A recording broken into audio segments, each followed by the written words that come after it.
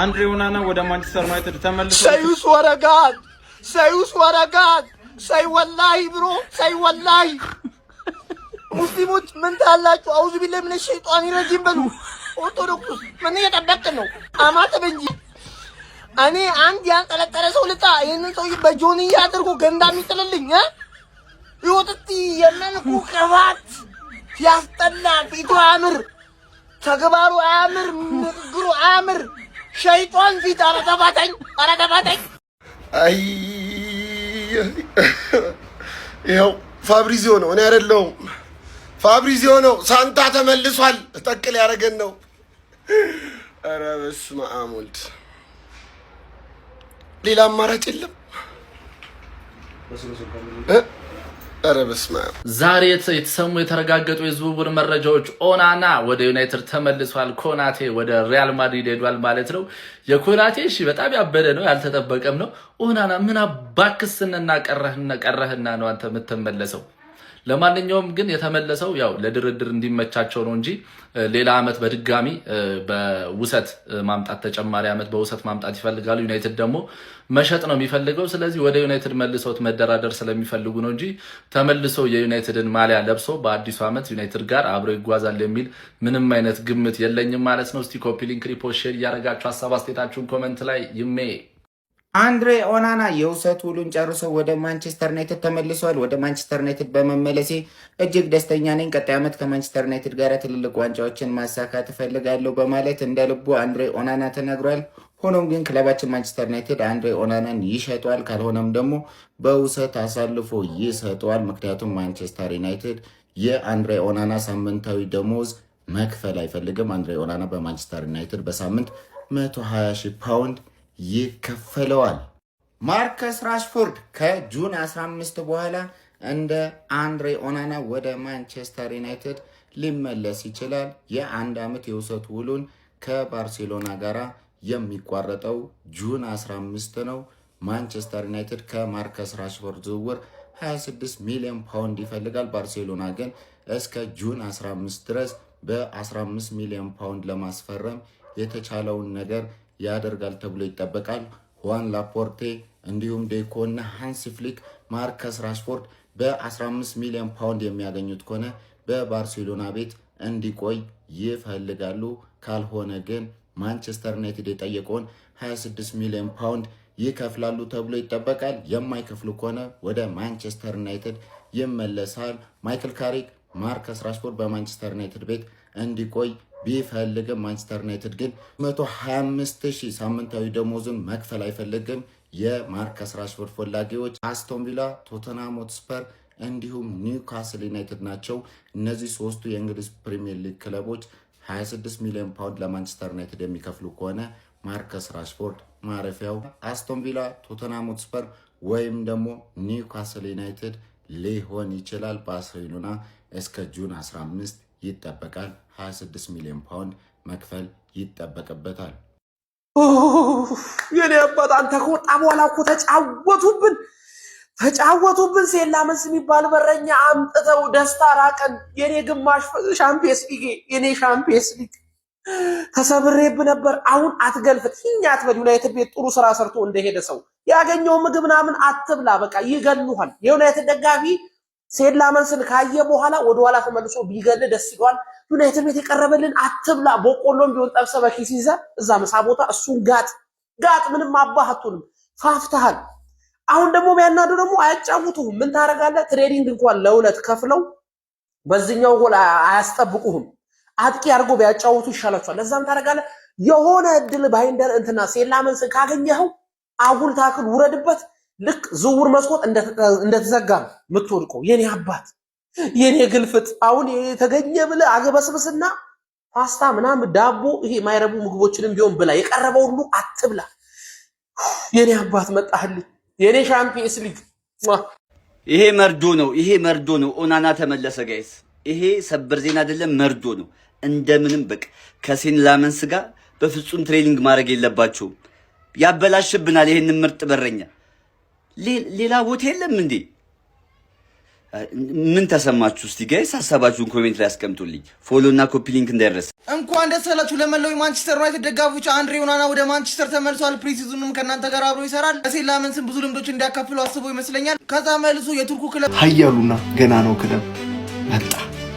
አያ በለው ማንቺዬ አልመሸም ገና ነው እኛ እያስፈረምን ነው። ቪዲዮን ኮፒ ሊንክ አለ ከምሽቱ 6 ሰዓት ከምናምን በተኛበት ኮፒ ሊንክ አደረኩ። ኤደርሰን ቱ ማንቸስተር ዩናይትድ ፌስታልን ይዘህና ከፈት የመጀመሪያ ፈራሚያችን ከቻስ ብላለች። 40.5 እና 4.5 አዶን ሳለት 45 ትፈጃለች ተብሏል።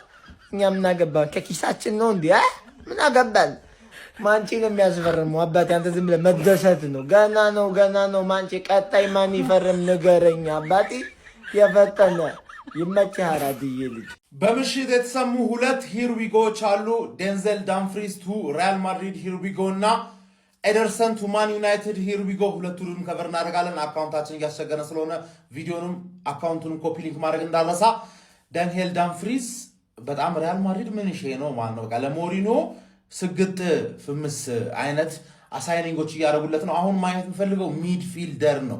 ሚድፊልደር ላይ ምን ይፈጥራል ለሞሪኖ ክሬት የሚያደርግለት ሁሌ ተከላካይ ክሬት ለኤምባፔና ለቪኒሺየስ ጁኒየር ኳስ ጠቅም ያደርግላቸው ማን ነው የሚለውን ነገር ማየት ፈልጋለሁ። ስለዛ ወይ ቱሚኒ ወይ ቫልቨርዴ ወይ ካማቪንጋ መሸኘታቸው የተጠራ በእርግጠኝነት ነው ማለት። ኤደርሰን ደግሞ የአትላንታ ሚድፊልደር ነው ስልህ ስታርቲንግ 11 ውስጥ የመግባት አቅም አለው የለም ፕሪሚየር ሊጉ ላይ የምናየው ነው። ግን ይሄኛው ዋና ሳይኒንግ ሊሆን ይሄ የኡጋርቴ ምትክ ነው። የኡጋርቴ የካሴሚሮን ምትክ ማስፈረም አለባችሁ። በተለይ ፕሪሚየር ሊግ ፕሩቭን የሆነ ኤሊየት አንደርሰንን ካገኛችሁ በጣም ያበደ ሳይኒንግ ነው የማንቼ ደጋፊ ማለት። አንድ የማድሪድ ሚድፊልደር ደግሞ ይታየኛል በቃ ላርጋ ማድሪድ ጋር ቢዝነስ መስራት ወይ ቱሚኒ ወይ ካማቪንጋ ወይ ቫልቨርዴ አንዳቸው ደቅ ይላሉ። ይሄ ሮቴት እያደረገ ወይ በሜኑ በኩል ምናምን ከሁለት አንዱን እያጫወተ ምናምን ነገር መላመድ ያለበት ይመስለኛል። ወዲያውኑ ስታርቲንግ 11 ውስጥ መግባት ይቻል አይችል ገና እርግጠኛ የሆነ ነገር አለ። ምክንያቱም ይሁን ይሄን ሰው አምጥተው ካሰሚሮን መተካት ካልቻለ ምታመጣው ደግሞ ገና ያልበሰለ ተጫዋች ከሆነ ተበላ አመቱን ሙሉ ልትበላ ነው። ሚድፊልድ አሁንም ደካማ ነው። ሚድፊልድ ሪቢልድ እየተደረገ ከሆነ ደግሞ ቀጥታ መጥቶ ስክት ሚል አንድ ተጫዋችና እሱን የሚተካ ደግሞ ሌላ አንድ ተጫዋች ነው የሚያስፈልገው። ስለዛ የካሰሚሮ ሚቲክ ከተገኘ ፕሪሚየር ሊግ ፕሩቭን የሆነ ተጫዋች ብታመጡ ያበደ ነው ብዬ ገምታለሁ። ይመቻችሁ። ሰበር አስተዛዛኝ ዜና ለታላቁና ለገናናው ክለብ ለማንቸስተር ዩናይትድ ደጋፊዎች ፋብሪዚዮ እንዳረጋገጠው ከሆነ ኤደርሰን ወደ ማንቸስተር ዩናይትድ ተዘዋውሯል። የመጀመሪያ ፈራሚው ኤደርሰን ሆኗል። የማንቸስተር ዩናይትድ ደጋፊዎች ስለዚህ ተጫዋች ምን ተሰማችሁ? እንኳን ደስ አላችሁ። ፎሎ ኮፒ ሊንክ በደንብ ይረገጥ እንዳይረሳ። ገና ይቀረናል። 6-7 ተጫዋች ነው የምናስፈርመው። ይመቻችሁ። ፎሎ እንዳረሱ ጋይስ። ሰበር ዜናም ኤደርሰን ከአትላንታ ማንቸስተር ዩናይትድን መቀላቀሉ ተረጋግጧል።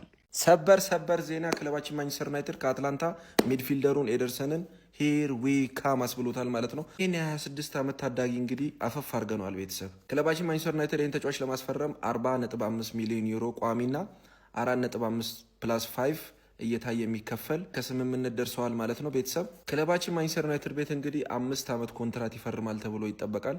እንግዲህ የሕክምና ምርመራውን በቅርቡ ያደርጋል እየተባለ ይገኛል። ይህን ያለን ደግሞ ዴቪድ ኦርስተን ነው። ይህን ያቀረብኩላችሁ ልጃችሁ ኢትዮ ፋብሪዚዮ ነኝ። ይህን አካውንት ፎሎ፣ ላይክ፣ ሼር ማድረግ እንዳይረሳ። ስለዚህ ተጫዋች ምን አስተያየት አላችሁ? ኮመንት ላይ አስቀምጡልኝ። ይመቻችሁ።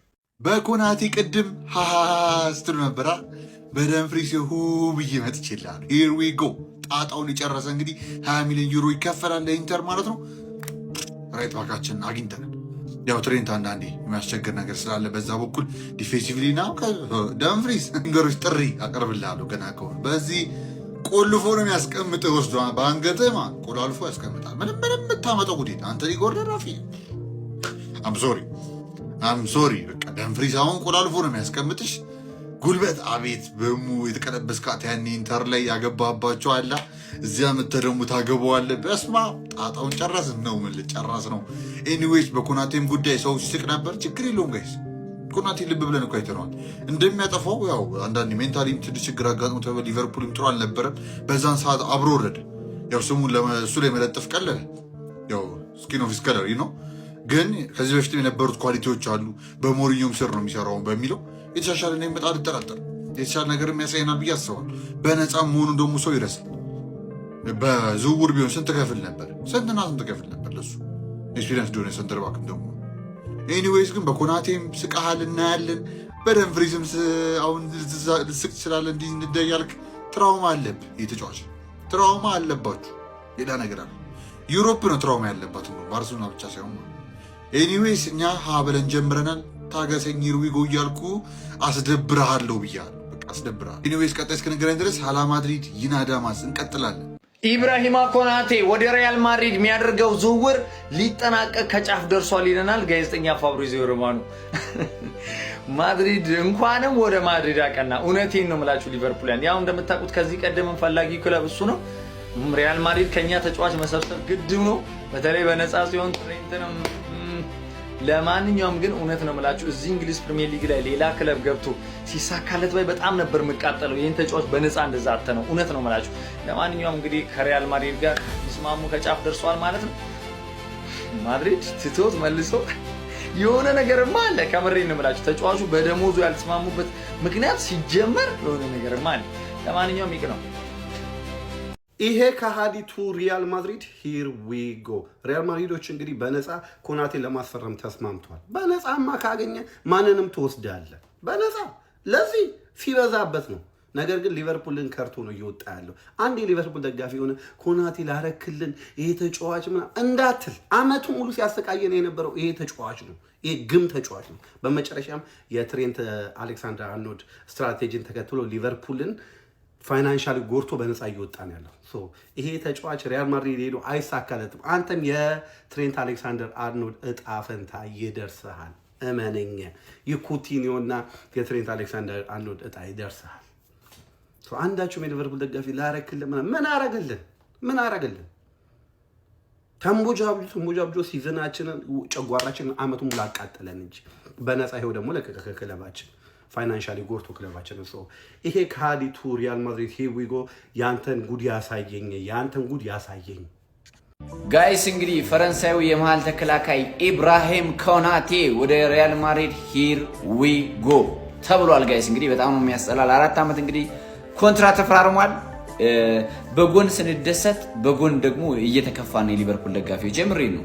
በአዳዲስ ተጫዋች መጫወት ጋይስ ከባድ ነው። አዳዲስ ተጫዋቾችን ስታመጣ በጣም ከባድ ነው። የነበረውን ስትራግል እኛ እናውቃለን ዘንድሮና ይሄ ልጅ ዘንድሮ ቢቀጥል ከኛ ጋር ጥሩ ነበረ ጋይስ። በእውነት የምሬን ነው ጥሩ ነበረ፣ ግን አልሆነም።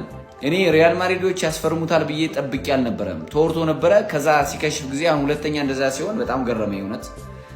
እና እንግዲህ በእናትህ ኢብራሂም ኮናቴ ቴንኪው ስላደረክልን ነገር፣ የፕሪሚየር ሊግ ዋንጫ ስላመጣልን ቴንኪው በጣም ነው የምናመሰግን። የምሬን ነው። ያለፈው ዓመት አቋሙ በጣም እጅግ ጥሩ ነበረ። ዘንድሮ ግን ያው እንደ ቡድን ጥሩ አልነበርንም፣ እሱም ጥሩ አልነበረም። የሆነ ታይም ጥሩ ይሆናል፣ የሆነ ታይም ደግሞ ጥሩ አይሆንም። የአሰልጣኙም ችግር ነው። ያጫው ሲስተም የተጫዋቾችን አቋም ዘንድሮ እንዲወርድ አድርጓል። ግን ኢብራሂም ኮናቴ ዘንድሮ መልቀቅ አልነበረበትም ጋይስ፣ እንደኔ ማለት ነው። እስኪ ሊቨርፑል ደጋፊዎች ሀሳባችሁን ኮሜንት ሴክሽን ላይ ያስቀምጡልኝ።